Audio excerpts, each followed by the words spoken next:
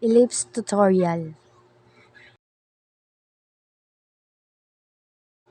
Ang hahanapin naman natin ngayon dito is yung vertices,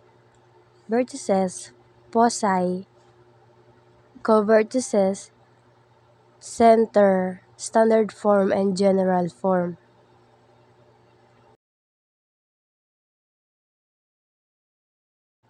At ito yung example natin.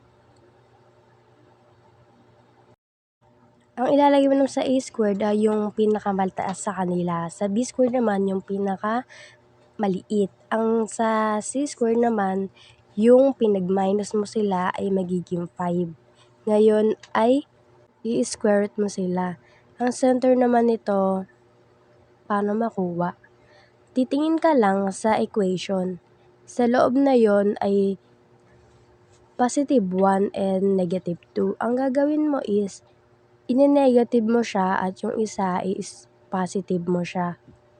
Ayun na ang center.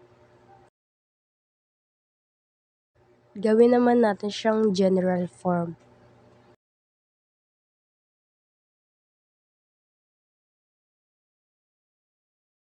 Ang gagawin mo, yung LCD niya is makukuha mo sa baba. 4 times 9 equals 36.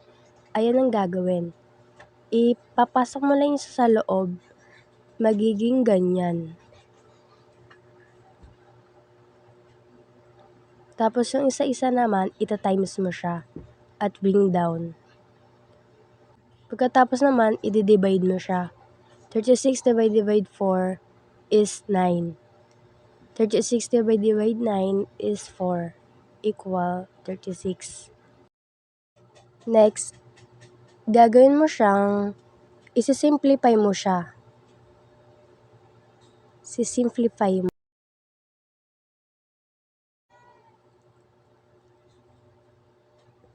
Simplify. X plus 1 times x plus 1. Foil method mo or simplify. Magiging x squared plus x plus 1. Sa kabila naman, ganyan. Ganun lang din ang gagawin mo sa ginawa mo kanina. At pagsasamahin mo lang ang magkaparehas at ayun na yung sagot. Pagkatapos makuha, pagsasamahin mo lang siya ulit. Bali, magiging ganyan dapat siya. Equal 36. Pagkatapos ulit niyan, i-simplify mo ulit siya sa loob. Magiging ganyan. Simplify. Igawin mo ulit sa kabila. 4 times y squared, 4 times 4, negative 4x, 4 times 4 equals 16 equal 36.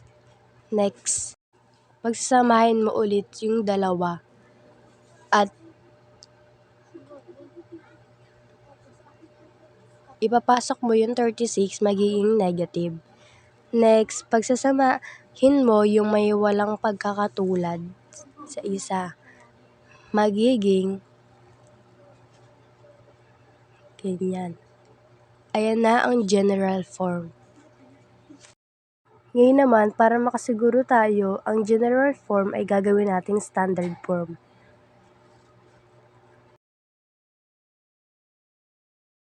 Paano naman yon? Ilalabas mo lang yung 9 at maghahanap ka ng number na pag tinimes mo ay ang sagot is 18. Magiging ganyan. Hahatiin mo siya at yung hahatiin na yon ay itatimes mo sa sarili niya, kaya ganyan. Ganon din ang gagawin sa kabila. Dito naman, bring down 9 at ilalagay mo lang sa katabi niya is yung nilagay mo sa blanco kanina. At ipagpa-plus mo yan sa kabila. I-divide mo ngayon sa 36. Divided by 9 divided by 36 equals 4. And 4 divided by 36 is 9. 36 divided by 36 is 1. And na ngayon yung standard form.